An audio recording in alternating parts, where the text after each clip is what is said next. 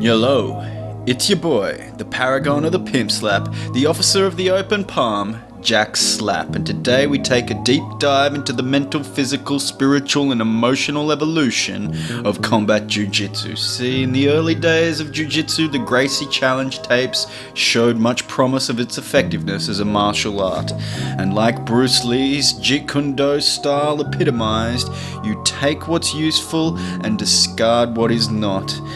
But in between the Gracie Challenge and Bruce Lee, a certain element was lost to the sands of time. But you see, when Royce Gracie entered the UFC and began fighting mixed martial arts, his jiu-jitsu didn't look like those early Gracie Challenge matches. It had become more complicated and the simplicity of those early days was lost. See, the UFC had increased the aggression and turned it into a brutal form of human cockfighting, and there was an intricate element that had been underutilized. But the streets had kept that powerful weapon strong all along. See, if you look back at the early challenge matches, look how Royce Gracie strikes. Slap! Slap! Slap again! The open palm, ladies and gentlemen, that is what we see as the most effective tool.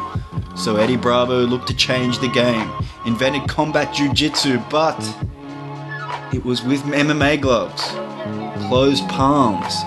This wasn't slapping. It was a step in the right direction, but he wasn't thinking.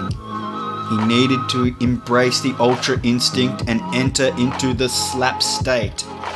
See, it was like Bruce Lee had said, if you look at the moon while you're pointing with your finger, the finger will obscure the heavenly glory. And indeed, the slapping had obscured the glory for Eddie Bravo, but now he makes combat jiu-jitsu open palm, slaps are back, and indeed slaps are useful. How can you slap? How can you slap?